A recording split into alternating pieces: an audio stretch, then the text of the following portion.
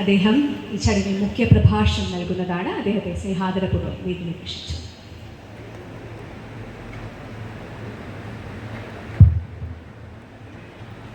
വൈകിയ വേളയിൽ പ്രഭാഷണത്തിൻ്റെ യാതൊരു പ്രസക്തിയില്ലാന്ന് എനിക്ക് നിങ്ങൾക്കും അറിയാം. പ്രധാനപ്പെട്ട ചടങ്ങുകളെല്ലാം കഴിഞ്ഞു. സോളാർ എന്ന് പറയുന്നത് സത്യത്തിലൊരു പ്രസ്ഥാനമല്ല, അതൊരു കുടുംബമാണ്, അതൊരു വികാരമാണ്. ആത്മാവിൽ നിന്നും കലയുണ്ടാകുന്നു, കല ആത്മാവായി മാറുന്നു, ആത്മകലയുണ്ടാകുന്നു. വളരെ വിചിത്രമായ ഒരു വാക്കാണെന്ന് എന്നോട് പലരും ചോദിച്ചിട്ടുണ്ട്. എന്തുകൊണ്ട് നിങ്ങൾ ഇതിന് പേരിട്ടു? വളരെ സാർത്ഥകമായ ഒരു ഉദ്ദേശ ലക്ഷ്യത്തോടു കൂടിയും ആണ് ഞങ്ങളിതിന് ഇങ്ങനെ ഒരു പേരിട്ടത്. അതിനെക്കുറിച്ച് മാത്രം പറഞ്ഞുകൊണ്ട് ഞാൻ എൻ്റെ വാക്കുകൾ ചുരുക്കാം. നമുക്കറിയാം, നമ്മുടെ ഈ കാലഘട്ടം വളരെ വിചിത്രമായ ചില രാസപ്രക്രിയകളിലൂടെ കടന്നു പോവുകയാണ്. നമ്മുടെ സമൂഹ മനസ്സ്, സമൂഹ ശരീരം രോഗാതുരമാണ് എന്ന സത്യം നമുക്ക് തിരിച്ചറിവുണ്ട്.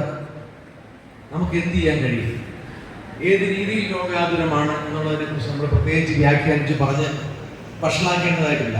എല്ലാ അർത്ഥത്തിലും വിദ്യാഭ്യാസമായാലും സാംസ്കാരികമായാലും കലയായാലും മറ്റേതൊരു മേഖലയായാലും അതീവ രോഗാതുരമായ ഒരു അവസ്ഥയിലൂടെ കടന്നു പോവുകയാണ്. നമ്മുടെ കുഞ്ഞുങ്ങൾ 10ാം ക്ലാസ് ആകുന്ന ഒരു കുട്ടിയോട് ചോദിച്ചാൽ അവർ നെതർലൻഡ്സിലെ ഇന്ത്യ യൂണിവേഴ്സിറ്റിയാണ് എൻ്റെ ടാർഗറ്റ്. 12ാം ക്ലാസ് കഴിയുമ്പോൾ അവൻ്റെ വീട്ടിലാവൻ പട്ടിണിയായിരിക്കും, പക്ഷേ എങ്കിലും അവൻ നെതർലൻഡ്സ് സ്വപ്നം കാണുന്നു, അവൻ ഓസ്ട്രേലിയ സ്വപ്നം കാണുന്നു, കാനഡ സ്വപ്നം കാണുന്നു, ന്യൂസിലാൻഡ് സ്വപ്നം കാണുന്നു, US UK സ്വപ്നം കാണുന്നു. അവൻ്റെ സ്വപ്നങ്ങളിൽ കേരളത്തിലെ ഒരു വസന്തകാലം ഇല്ല അവൻ്റെ ജീവിതത്തിൽ. എന്തുകൊണ്ട്? ഈ ചോദ്യത്തിനെ അഡ്രസ് ചെയ്യുന്ന എത്ര പേരുണ്ട് കേരളത്തിൽ? അധികാര വർഗമായാലും ശരി, സാംസ്കാരിക നായകന്മാരായാലും ശരി, ആരാണ് ഇത്തരം പ്രശ്നങ്ങളെ അഡ്രസ് ചെയ്യുന്നത്? തെറ്റ് കണ്ടാൽ എതിർക്കുന്ന ഒരു സമൂഹം, ഒരു പാരമ്പര്യം നമുക്കുണ്ടായിരുന്നു. കലാകാരന്മാർ അതിന്റെ മുൻപന്തിയിലുണ്ടായിരുന്നു. സാമൂഹിക സാംസ്കാരിക നേതാക്കന്മാർ, സാംസ്കാരിക നായകന്മാർ എന്ന് പറയുന്ന ഒരു വർഗം ഉണ്ടായിരുന്നു. ആ വർഗം എവിടെ? അത് അന്യം നിന്നുപോയി. ഇന്ന് ചാഞ്ഞും ചരിഞ്ഞും നടക്കുന്ന ചില ആൾക്കാരെ കാണാം, സാമൂഹ്യ സാംസ്കാരിക നായകർ എന്ന് സ്വയം വിശേഷിപ്പിക്കുന്നവർ, അല്ലെങ്കിൽ നട്ടൽ ഒടിഞ്ഞവർ. ഇവർക്കൊക്കെ ഇങ്ങനെ നടക്കുന്നത് കൊണ്ട് എന്തെങ്കിലും നക്കാപ്പിച്ച് കിട്ടും, എവിടുന്നെങ്കിലും ഒക്കെ കിട്ടും. പക്ഷെ അങ്ങനെയുള്ളവർ ഈ സാമൂഹ്യ ശരീരത്തിന് രോഗം കൂടുതൽ ഉണ്ടാക്കി വയ്ക്കുകയും അത്തരം ഒരു വിചിത്രമായ ഒരു സംസ്കാരം, ഒരു വിദ്യാഭ്യാസം, ഒരു ഒരു ഒരു ഒരു ഭാവി, ഇതെല്ലാം നമ്മുടെ മുമ്പിൽ വിറളി പിടിച്ചിട്ട് വളരെ വികൃതമായ ചിത്രം വരച്ച് നിൽക്കുമ്പോൾ നമ്മളെല്ലാവരും കൈ കെട്ടി നമ്മുടെ കാര്യം മാത്രം നോക്കി ഇരുന്നാൽ മതിയോ? നമ്മുടെ കുഞ്ഞുങ്ങൾ നന്നാകണം, നമ്മുടെ കുഞ്ഞുങ്ങൾ ഓസ്ട്രേലിയയിൽ പോയി നല്ല രീതിയിൽ രക്ഷപ്പെട്ടോട്ടെ, അതാണോ വേണ്ടത്? നമ്മളൊക്കെ പഠിച്ചു വളർന്ന കാലത്ത് നമ്മുടെ മനസ്സിൽ പ്രണയ സങ്കല്പങ്ങൾ പോലെ തന്നെ ജീവിത സങ്കല്പങ്ങൾ ഉണ്ടായിരുന്നു. എനിക്ക് ഈ നാട്ടിൽ ഒരു പേരുണ്ടാക്കണം, എൻ്റെ കഴിവുകൾ ഇവിടെ എല്ലാവരുടെ മുന്നിൽ വെച്ച് അവതരിപ്പിക്കണം, അംഗീകാരം കിട്ടണം, അതിലൂടെ നാടിന് നന്മ ഉണ്ടാകണം, എൻ്റെ കഴിവുകൾ, ഞാൻ അക്വയർ ചെയ്യുന്ന നോളജ് എനിക്ക് മറ്റുള്ളവർക്ക് പകർന്നു കൊടുക്കണം, എൻ്റെ കല ഞാൻ മറ്റുള്ളവരിലേക്ക് സംക്രമിപ്പിക്കണം, എൻ്റെ കഴിവുകളും എൻ്റെ പ്രതിഭയും മറ്റുള്ളവരുടെ ഉന്മേഷത്തിനും ഉത്സാഹത്തിനും സന്തോഷത്തിനുമായി അവതരിപ്പിക്കണം എന്ന് കരുതുന്ന ഒരു കാലഘട്ടം നമ്മുടെ കാലഘട്ടം, നമ്മുടെ യൗവന കാലഘട്ടം, അല്ലെങ്കിൽ നമ്മുടെ ബാല്യം എവിടെ പോയത്? ഇന്നത്തെ ജനറേഷൻ അതില്ലാത്തത് എന്തുകൊണ്ടാണ്? അവർക്ക് നമ്മൾ ഒരിക്കലും പ്രതീക്ഷകൾ കൊടുക്കുന്നില്ല ഒരു മേഖലയിൽ. എന്തുകൊണ്ടാണ്? ആരുടെ കുറ്റമാണ്? ഇതിന് ഉത്തരം പറയണമെങ്കിൽ നമുക്ക് ഇന്ന് ഒരുപാട് ചർച്ചകളും ഒക്കെ ചെയ്യേണ്ടി വരും. അതുകൊണ്ട് ഞാൻ അതിലേക്ക് പോകുന്നില്ല, മറിച്ച് അവിടെ നമുക്ക് എന്ത് ചെയ്യാൻ കഴിയും എന്ന കാര്യം മാത്രം പറയാണ്. വളരെ ചുരുക്കത്തിൽ നമുക്ക് അറ്റ്ലീസ്റ്റ് ചെറിയൊരു കാര്യം ചെയ്യണം. എന്താണ്? ഇവിടെ കൊച്ചു പിള്ളേർ വന്ന് സമ്മാനം വാങ്ങിച്ചോണ്ട് പോയി. മിടുക്കന്മാരും മിടുക്കികളുമാണ്. വേറെ പാട്ടൊക്കെ ഞാൻ കേട്ടു. കവിതയെ കുറിച്ച് ഞാനിട്ട് പോരുമ്പോൾ TP ആയിരുന്നു അതിൻ്റെ ഫൈനൽ ജഡ്ജ്. TP ഞാൻ അതിനെക്കുറിച്ച് വിശദമായി സംസാരിച്ചു. ഒരിക്കലും പ്രതീക്ഷിക്കാത്ത രീതിയിലുള്ള പ്രായത്തിനനുസരിച്ചുള്ള ഒന്നും ആയിരുന്നില്ല അവരുടെ സാഹിത്യ കലാപ്രകടനങ്ങൾ. എഴുത്തൊക്കെ വളരെ ഗംഭീരമാണെന്നാണ് TPയെ പോലൊരു കർശനമായ വളരെ വളരെ വിമർശനാത്മകമായി മാത്രം സംസാരിക്കുന്ന ഒരു സാഹിത്യ നിരൂപനം അങ്ങനെ പറയണമെങ്കിൽ അവർ തീർച്ചയായിട്ടും പ്രതിഭകളായിരിക്കും. പക്ഷേ ഈ പ്രതിഭകൾ ഒരു യൂണിവേഴ്സിറ്റി കലോത്സവം കൊണ്ടോ ഒരു സോളാർട്ട് ഒരു കോമ്പറ്റീഷൻ കൊണ്ടോ സമ്മാനം വാങ്ങിച്ച് വിസ്മൃതരാകരുത്. അതിന് നമുക്ക് എന്ത് ചെയ്യാൻ പറ്റും? അവരെ സ്വതന്ത്ര ചിന്തകരാക്കി വളർത്തണം. അവർക്ക് ഒരു മതമല്ല, എല്ലാ മതങ്ങളെയും അവരെ പഠിപ്പിക്കണം. അവർ ചരിത്രം പഠിക്കണം, അവർ നമ്മുടെ പാരമ്പര്യം പഠിക്കണം, നമ്മുടെ സംസ്കാരം പഠിക്കണം. അവര് കേരളത്തിൻ്റെയോ ഇന്ത്യയുടെ മാത്രമല്ല, ലോക സംസ്കാരം പഠിക്കണം. അത്രയും വിശാലമായ മനസ്സുള്ള ഒരു പുതിയ തലമുറ നമുക്കിവിടെ വേണം. അവർക്ക് മാത്രമേ ഈ പറയുന്ന ഒരു പ്രതികരണ ശേഷി ഉണ്ടാവൂ.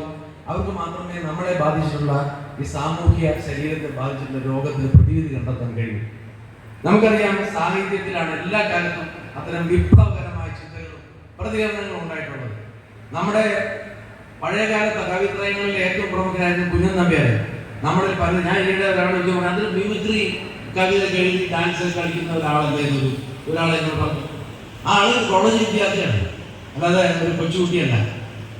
ഭാവിയിൽ മിക്കവാറും ഡോക്ടറേറ്റിന് വേണ്ടി ശ്രമിക്കുന്ന ആളാണെന്ന് തോന്നുന്നു, കിട്ടാൻ സാധ്യത. ഒരു മിമിക്രി കലാകാരനാണോ കുഞ്ഞൻ നമ്പ്യാറിനോട് നമ്മൾ സംസാരിക്കേണ്ടായി. കേരളം കണ്ട സാഹിത്യകാരന്മാരിൽ, സാമൂഹ്യ പരിഷ്കർത്താക്കളിൽ ആദ്യത്തെ ഏറ്റവും വലിയ വിപ്ലവകാരിയാണ് കുഞ്ഞൻ നമ്പ്യാർ. ഞാൻ അദ്ദേഹത്തിന്റെ 100 കണക്കിന് കൊട്ടേഷൻസ് നിങ്ങളുടെ മുമ്പിൽ അവതരിപ്പിക്കുന്ന ഒറ്റ കാര്യം മാത്രം പറയാം. എംബ്രാൻ അപ്പം കട്ട് ഭുജിച്ചാൽ, എംബ്രാൻ അപ്പം കട്ട് ഭുജിച്ചാൽ അമ്പലവാസികളൊക്കെ കത്തും. അധികാര സ്ഥാനത്തിന്റെ ഉന്നതിയിലിരിക്കുന്നവൻ കക്കാൻ തുടങ്ങിയാൽ അവന്റെ പിന്നിലുള്ള പശുത്തൊഴുത്തിൽ ഇരിക്കുന്ന പശു വരെ കത്തും. അത് പറഞ്ഞത് ആരാണ്? എത്രയോ നൂറ്റാണ്ടുകൾക്ക് മുമ്പ് ജീവിച്ചിരുന്ന കുഞ്ഞൻ നമ്പ്യാർ എന്ന് പറയുന്ന മഹാപ്രതിഭയാണ്. അമ്പലപ്പുഴയുടെ അടുത്ത ജീവിച്ചത് അദ്ദേഹം. അന്നത്തെ ഭരണാധികാരികൾക്ക്, രാജഭരണമാണെന്ന് ഓർക്കണം, കഴുതു തെറിയും. അന്നത്തെ ഭരണാധികാരികൾക്കെതിരെ, അന്നത്തെ അനീതികൾക്കെതിരെ, അന്നത്തെ മത പ്രാന്തന്മാർക്കെതിരെ അതിശക്തമായി പ്രതികരിച്ച മനുഷ്യനാണ്. എന്നിട്ട് എന്ത് സംഭവിച്ചു? അദ്ദേഹം ചുമ്മാ നിന്നില്ല. അമ്പലപ്പുഴയിലെ അരാജകത്വങ്ങൾ സഹിക്കാൻ വയ്യാതെ അദ്ദേഹം തിരുവിതാംകൂറിലേക്ക് പോയി. തിരുവിതാംകൂറിൽ ചെന്നിട്ട് സംഭവിച്ചു, തിരുവിതാംകൂറിലെ രാജ കുടുംബവുമായി ബന്ധമുണ്ടാക്കി അദ്ദേഹം അമ്പലപ്പുഴയിലെത്തി. അമ്പലപ്പുഴ രാജവംശം അപ്പൊ ഏതാണ്ട് മുച്ചൂടും മുടിച്ച നാട് നശിപ്പിച്ചിട്ട് ആ സമയത്ത് ഒരു ഭരണമാറ്റം ഉണ്ടായി. മരണവും വെട്ടോ കുത്തോ ഒന്നും ഉണ്ടായില്ല. അമ്പലപ്പുഴ രാജവംശത്തിന്റെ നാട് അവിടെ തിരുവാങ്കൂറിലേക്ക് അത് നിയമിച്ചു. ഇത്തരം ഒരു വലിയൊരു രാഷ്ട്രീയ സാമൂഹ്യ മാറ്റം ഉണ്ടാക്കിയ ഒരു കവി ഉണ്ടായിരുന്ന കേരളത്തിൽ എത്ര പേർക്കറിയാം? അദ്ദേഹത്തെ പിന്നീട് പേപ്പട്ടി കടി ബാധിച്ചു, പേ പിടിച്ചു എന്ന് പറഞ്ഞ് അദ്ദേഹത്തെ കൊല്ലുകയായിരുന്നു നവചരിത്രകാരന്മാർ കണ്ടെത്തിയിട്ടുണ്ട്. നമ്മൾ പഠിച്ചിട്ടില്ല അങ്ങനെ, പക്ഷെ അതൊരു സത്യമായി വെളിപ്പെടുത്തുന്ന അമ്പലപ്പുഴ ഗോപകുമാറിന്റെ ഏറ്റവും ലേറ്റസ്റ്റ് ആയിട്ടുള്ള പുസ്തകം വായിച്ചാണ്. അദ്ദേഹം മഹാനായ മനുഷ്യനെ, പേയില്ലാത്ത മനുഷ്യനെ ഭ്രാന്തനാക്കി പേപ്പട്ടി കടിച്ച് എന്ന് പറഞ്ഞ് മുറിയിലിട്ട് കൂട്ടിക്കൊണ്ടു എന്നാണ് പറയുന്നത്. ആര്?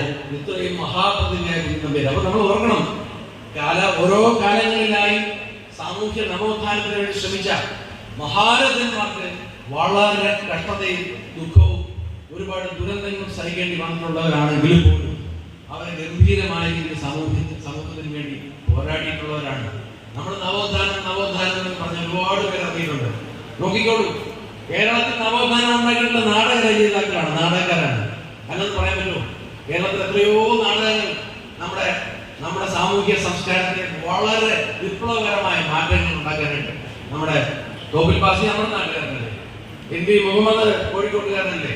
അവർ രണ്ടുപേരും പൊളിറ്റിക്കൽ, കേരളത്തിലെ ഏറ്റവും വലിയ രാഷ്ട്രീയ മാറ്റം ഉണ്ടാക്കിയത് നിങ്ങളെന്നെ കമ്മ്യൂണിസ്റ്റ് ആക്കി എന്ന് പറയുന്ന നാടകമാണെങ്കിൽ, കേരളത്തിലെ മതപരമായ ഏറ്റവും വലിയ അന്ധവിശ്വാസങ്ങൾക്കെതിരെ, വിഭാഗീയതയ്ക്കെതിരെ ഫൈറ്റ് ചെയ്തത് NP മുഹമ്മദ് എന്ന് പറയുന്ന നാടകത്താണ്. അങ്ങനെ എത്രയോ പേര്, പിന്നീട് ഇങ്ങോട്ട് വന്ന എത്രയോ പേര്, കുമാരനാശാനിലെ, കേശവദേവിലെ, എഴുത്തുകാരിൽ എത്രയോ പേരുണ്ട്. വയലാർ രാമവർമ്മയിലെ സ്നേഹിക്കയിലെ ഞാൻ ആത്മാവിനെ സ്നേഹിച്ചിടാത്ത തത്വശാസ്ത്രത്തെയും, ചുവന്ന ഞരമ്പുകൾ ചുരക്കാനല്ല ചുറ്റികയും പടവാളും എന്ന് പറഞ്ഞാൽ വിപ്ലവകവിയായ വയലാർ രാമവർമ്മയിലെ ഇന്ന് ആരുണ്ട്? അങ്ങനെ തന്റെ ഇടത്തോടെ നട്ടലോടെ നിവർന്നു നിന്ന് രാജാവ് നഗ്നനാണെന്ന് പറയാൻ ഒരൊറ്റ കവിയില്ല, സാഹിത്യകാരനില്ല കേരളത്തിൽ. എല്ലാവരുടെയും കഴുത്തിൽ മുഖം ഉണ്ട്. മുഖം എന്നിട്ട് ഏതെങ്കിലും പ്രസ്ഥാനത്തിന്റെ ഏതെങ്കിലും തെറ്റായ തത്വചിന്തകളുണ്ട്. അതിൽ നിന്ന് മാറി സഞ്ചരിക്കാൻ പറ്റുന്ന ഒരു സമൂഹം ഇവിടെ ഉണ്ടായെങ്കിൽ മാത്രമേ നമ്മൾ രക്ഷപ്പെടുകയുള്ളൂ. ഇല്ലെങ്കിൽ നമ്മളൊക്കെ വയസ്സായതൊക്കെ ചിന്തിക്കും, നമുക്ക് സ്വർഗത്തിലേക്ക് ഒരു ടിക്കറ്റ് കിട്ടും, പള്ളിയിൽ അമ്പലത്തിൽ പോയി പ്രാർത്ഥിച്ചാൽ മതി. കിട്ടത്തില്ല. ഇത്രയൊരു സമൂഹത്തെ ഉണ്ടാക്കി വെച്ചിട്ട് പോകണം, നിങ്ങൾക്ക് ഒരു ടിക്കറ്റ് കിട്ടാൻ പറ്റില്ല. അടുത്ത തലമുറ വിചാരിക്കുന്നത് എന്താണ്? നമ്മുടെ കുഞ്ഞുങ്ങളൊക്കെ വിദേശത്ത് പോയി രക്ഷപ്പെട്ടോളൂ, അവിടെ പോയി അവർ സുഖമായിട്ട്, അവരുടെ കുടുംബങ്ങളൊക്കെ സുഖമായിട്ട് ജീവിച്ചോളൂ. അതുകൊണ്ട് എന്താണ് ഈ നാടിന് വരുന്ന ഒരു നന്മ? അതിനെക്കുറിച്ച് ചിന്തിക്കുക എന്നതാണ് സോളാർക്കിന്റെ ശരിക്കും പറഞ്ഞാൽ അന്തർധാര. ഈ ആത്മകല സമർപ്പണത്തിന്റെയാണ്. നമ്മൾ നേടുന്ന അറിവുകൾ മറ്റുള്ളവർക്ക് നൽകുക, നമ്മൾ നേടുന്ന പണം മറ്റുള്ളവർക്ക് നൽകുക, നമ്മൾ നേടുന്ന എന്തും, അത് മെറ്റീരിയൽ ആയിക്കോട്ടെ അതല്ലെങ്കിൽ ആത്മീയമായിക്കോട്ടെ, മറ്റുള്ളവരിലേക്ക് പകരുക എന്നതാണ് ആത്മകല തുടങ്ങുന്നതും അവസാനിക്കുന്നതും. അത്തരം ഒരു സമൂഹത്തെ, അത്തരം ഒരു ജനറേഷനെ സൃഷ്ടിച്ചെടുക്കാൻ പ്രതിജ്ഞാബദ്ധമാണ് ഈ സോളാർ കുടുംബം.